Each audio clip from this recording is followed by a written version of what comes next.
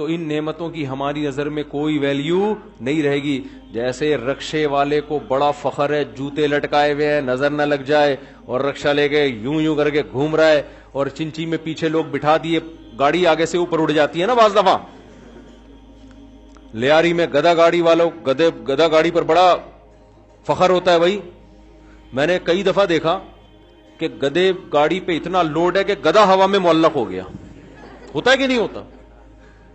چنچیوں میں بھی دیکھا ہے, اتنا پیچھے پبلک بیٹھ گئی. ایک دفعہ ٹانگے میں ہم نے دیکھا, پنجاب میں ٹانگے پہ اتنے لوگ بٹھا دیے, ٹانگا اوپر. اور سنو, ایک جگہ جہاز میں اتنے لوگ پیچھے بیٹھے, جہاز اوپر اٹھ گیا. اب کہاں بیٹھے یہ نہیں بتاؤں گا میں, یہ ایسے بدنظمی. تو اب آپ رکشے والے کو بڑا فخر ہے اپنے رکشے پر, آپ اسے کسی دن لینڈ کروزر کی سیٹ پہ بٹھاؤ, اور آٹومیٹک سسٹم. رکشے میں تو شیشے ہی نہیں ہوتے. کیا خیال ہے؟ شیشے ہی نہیں کہ بٹن دباؤ تو شیشہ اوپر جائے گا, بٹن دباؤ تو شیشہ نیچے آئے گا. ایسا کوئی سیٹ اپ ہی نہیں ہے. آٹومیٹک سسٹم ہے, اوپن ہوا ہے, لیکن اس کو بٹھا دو لینڈ کروزر میں, بٹن دباؤ شیشے خود بخود اوپر جا رہے ہیں. اور بڑی فیسلٹیز ہیں. آپ کو اگر ٹھنڈک زیادہ ہے, سیٹ کا ہیٹر آن ہو جائے گا آپ کا, ہے بھائی, سیٹ گرم ہو جائے گی, بٹن دبایا پیچھے ہو گئے. یہی ساری سہولتیں ہوتی ہیں نا, ایسے بڑے اسموتھ چل رہی ہے. تو وہ کہے گا یار اس لینڈ کروزر کے مقابلے میں میرے رکشہ کیا ہے, 2 ٹکے کا نہیں. کاش یہ ہوتا میرے پاس. کہ کیا ٹھیک ہے, اس جنت کے مقابلے میں تو اس دنیا کی 2 ٹکے کی ویلیو نہیں ہے, تو کیا کریں, چھوڑ دیں؟ ہے بھائی, آخری سوال یہاں آتا ہے نا, کیا کریں بھائی, رکشے کو بھی جلا دیں, دال چاول کھائیں, بریانیاں چھوڑ دے, نہاری میں نیمبو نچوڑنا چھوڑ دے, کیا کریں بھائی؟ پھر سوال پیدا ہوتا ہے نا. اور باتیں تو 4 شادیوں کی کر رہے ہو, ایک بیوی میں بھی وفا نہیں ہوتی, تو کیا کرے؟ سوال پیدا ہوتا ہے کہ نہیں ہوتا؟ تو بھائی دنیا رکھنے سے اللہ نے منع نہیں کیا. 2 کام کرو, ایک حرام کی طرف مت جاؤ. سمجھ میں آ رہی ہے بات؟ کس کی طرف مت جاؤ؟ کیونکہ اللہ کیا کہتے ہیں کہ جو جب دنیا اور آخرت کا مقابلہ ہوگا نا, تو اس میں جس نے دنیا کو ترجیح دے دی وہ تباہ و برباد ہو گیا. مقابلہ کیسے ہوتا ہے؟ مثال سے بات سمجھاتا ہوں. فرض کرو آپ کی 2 بیوی ہیں, آپ دونوں سے وعدہ کرتے ہو مجھے تم سے, یہی کہنا پڑتا ہے انسان کو, مجھے تم سے بہت زیادہ محبت. ادھر جاتے اس کے گھر میں, مجھے تم سے بہت زیادہ محبت. دونوں نے ایک دن امتحان کی ٹھان لی کہ یار یہ دونوں سے بڑی بڑی محبت کی دعوت کرتا ہے, آج ہم دونوں نے اس کی دعوت کرنی ہے, دیکھتے ہیں کس کی دعوت میں آتا ہے. تو جمعے والے دن ایک نے کہا ٹھیک دوپہر 12 بجے آپ نے میرے یہاں کھانا کھانا ہے, نہیں کھایا تو میں ہمیشہ کے لیے ناراض ہو جاؤں گی. دوسری نے کہا کہ آج جمعہ ہے, 12 بجے آپ نے میرے یہاں کھانا کھانا ہے, اگر آپ نے نہیں کھایا تو میں ہمیشہ کے لیے آپ سے ناراض. آپ ٹینشن میں آؤ کیونکہ محبت تو آپ کو دونوں سے ہے. آپ کہو گے بھائی بیگم تم ایسا کرو جمعے کو ڈنر رکھ لو. اب دونوں نے پہلے سے نا طے کیا ہوا ہے کہ اس کو دیکھنا ہے کہ ہم دونوں کو الو بنا رہا ہے, تو پتہ چلے کہ اس کو مقابلہ ہوگا تو پتہ چلے گا نا. بڑی کوشش کی, انہوں نے کہا نہیں بھائی 12 بجے ہی. اب آپ جس کو ناراض کر کے جس کو ترجیح دو گے, اٹ مینز اس کا مطلب ہے آپ کے دل میں اس سے محبت, اس کی نسبت تھوڑی سی زیادہ ہے. کیا خیال ہے بھائی؟ جب 2 آپشن آئیں گے تو کیا ہوگا؟ تو بھائی ایک طرف دنیا ہے وہ بھی ہمیں اچھی لگتی ہے, ایک طرف جنت ہے وہ بھی ہمیں اچھی لگتی ہے. تو اب بعض چیزیں ایسی ہیں کہ دنیا کی اس نعمت کو حاصل کرو گے, جنت آپ سے روٹھتی نہیں ہے, تو کھاؤ وہ دنیا. صبح آپ کے پاس اگر پیسے ہیں 2 کے بجائے 4 پراٹھے کھا لو, تو اس سے اللہ ناراض ہوتا ہے؟ ابے کسی کے پراٹھوں سے اللہ ناراض ہوگا؟ نہاری مغز کھانے سے اللہ ناراض ہوگا؟ اللہ کہتا ہے کھاؤ بھائی. قل ہی للذین آمنوا فی الحیات الدنیا, اصل میں تو میں نے مسلمانوں کے لیے پیدا کیے ہیں. یہ کافر تو اللہ کا نافرمان ہے, وہ بھی فائدہ اٹھا رہا ہے, یہ تو آزمائش ہے اللہ کی, یہ تو نعمت ہے, کھاؤ بھائی. اے اللہ یہ سواریاں, لینڈ کروزر, اللہ کہتے ہیں بھائی اگر تیرے پاس پیسے ہیں تو لینڈ کروزر سے بھی اوپر کی چیز میں گھوم لے. کیوں؟ والخیل والبغال والحمیر لترکبوها وزینہ, ان سواریوں میں تمہارے لیے سواری بھی ہے اور زینت بھی ہے. یہ تو خود قرآن بیان کرتا ہے. جب گاڑی میں جائے گا تو زینت ہوگی کہ نہیں ہوگی؟ ہاں تکبر نہیں کرنا, دوسرے کو گھٹیا اور حقیر مت سمجھنا, یہ تو زینت ہے. صحابی نے آئے عرض کیا یا رسول اللہ میں چاہتا ہوں میرا لباس اچھا ہو, میرے جوتے اچھے ہوں, اچھا لگوں میں. نبی نے فرمایا تھا نا کہ جس کے دل میں ذرا سا تکبر ہوا اللہ اس کو جہنم کی آگ میں ڈالے گا. صحابی نے عرض کیا یا رسول اللہ میں تو چاہتا ہوں میرے کپڑے اچھے ہوں, میرے جوتے اچھے ہوں, تو کیا مجھے بھی جہنم میں ڈالیں گے اللہ؟ آپ نے فرمایا نہیں نہیں, اللہ جمیل یحب الجمال, اللہ خود بھی جمیل ہے, جمال اور خوبصورتی کو پسند کرتا ہے. تکبر یہ ہے کہ دوسرے کو حقیر سمجھو اور حق بات کا انکار کر دو, اپنے آپ کو بڑا سمجھنے کی وجہ سے. کوئی چھوٹا آپ کو بات سمجھا رہا ہے, بیوی سمجھا رہی ہے, کہہ رہا تو کون ہوتی مجھے سمجھانے والی, حالانکہ وہ بات صحیح کہہ رہی ہے. وہ تو یہ تکبر ہے کہ نہیں ہے؟ کوئی رکشے والا آپ کو کہتا ہے کہ بھائی آپ لینڈ کروزر میں آ رہے ہو, دیکھو یہ آپ غلط اوورٹیک کر رہے ہو, آپ ایسے تکبر سے, اب تیری اوقات کیا ہے, تو رکشہ چلا رہا ہے, تو ہمارے سمجھا رہا ہے. یہ کیا ہے؟ تکبر. آپ نے غریب کو حقیر سمجھنا شروع کر دیا, یہ حرام ہے. پیسہ رکھنا حرام نہیں ہے, تو کھاؤ بھائی. یہ تو وہ جو نہیں کھا رہے وہ بیوقوف ہیں, نہ ادھر ملے گا نہ ادھر ملے گا ان کو, اس خوش فہمی میں رہیں گے نا.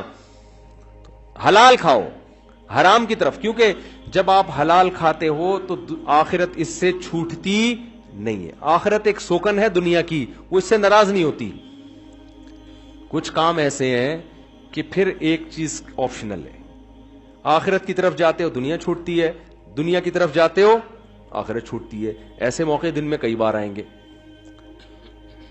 کوئی لڑکی زنا کی دعوت دے رہی ہے, اب آپ اس دنیا کی خواہش پوری کرتے ہو, آخرت کیا ہو رہی ہے؟ چھوٹ رہی ہے. آگ ہے جس میں جلنا پڑے گا. یہاں آپ نے اپنی خواہش کو قربان کرنا ہے اور جنت کو ترجیح دینی ہے. دکان پہ رش ہے کسٹمر کا, ادھر اقامت ہو رہی ہے, حی علی الصلاۃ حی علی الصلاۃ قد قامت الصلاۃ, نماز کھڑی ہے. آپ کہہ رہے ہو یار اتنے کسٹمر ہیں یار, ابھی شٹر گرا کے گیا تو میرا تو کاروبار کا بیڑا غرق. نماز پڑھ کے آؤں گا تو مولوی صاحب پیسے دینے کے بجائے ہو سکتا ہے اور نل کا ٹوٹا ہوا اس کا چندہ نہ مانگ لیں, وہاں پہ کہیں گے اپنے ابا کے سالے ثواب کے لیے 2 پنکھے لگا دیں. اب یہاں دنیا اور آخرت میں کیا ہو رہا ہے؟ ٹکراؤ. تو قرآن کہتا ہے جو ایسے موقع پہ دنیا کو قربان کر کے آخرت کو ترجیح دے گا, فَإِنَّ الْجَنَّةَ هِيَ الْمَأْوَى, ان لوگوں کا ٹھکانہ جنت ہے. دنیا چھڑواتے نہیں ہے اللہ ہم سے. اگر ہم دنیا چھوڑ دیں پھر تو کافر اور زیادہ پاورفل ہو جائے گا نا, ہمیں تو غلام بنا لے گا. تو ہم نے تو بھائی ترقی بھی کرنی ہے, سائنس میں, ٹیکنالوجی میں, پڑھنا بھی ہے, بڑا آدمی بھی بننا ہے, رکشے بھی چلانے ہیں, ٹیکسیاں بھی چلانی ہے, کاروبار بھی کرنا ہے, سارے کام زندہ رکھنے ہیں, صحت بھی بنانی ہے, سارے کام کرنے ہیں. وہ کام نہیں کرنا جس سے ہم سے جنت چھوٹ جائے. سونا بھی ہے, فجر میں نہیں سونا, وہ اٹھنا ہے. پھر سمجھتے ہو کہ نہیں سمجھتے ہو؟ تو یہ ہے, اگر اس طرز پہ زندگی گزاری تو میرے بھائی پھر آپ کو آخرت ملے گی. اور اللہ تعالی کی نظر میں جب آخرت اور دنیا کا ٹکراؤ ہوتا ہے تو اس ٹکراؤ میں اس دنیا کی 2 ٹکے کی حیثیت نہیں ہے. بے وقوف لوگ اس دنیا کو ترجیح دے کے آخرت کا نقصان. مفتی طارق مسعود صاحب کے بیانات سننے کے لیے youtube.com/مفتی طارق مسعود کو سبسکرائب کریں, اور اگر آپ لائیو ویڈیو کو کبھی بھی مس نہیں کرنا چاہتے ہیں تو سبسکرائب کرنے کے بعد بیل آئیکن پہ کلک کرنا مت بھولیں. جزاک اللہ.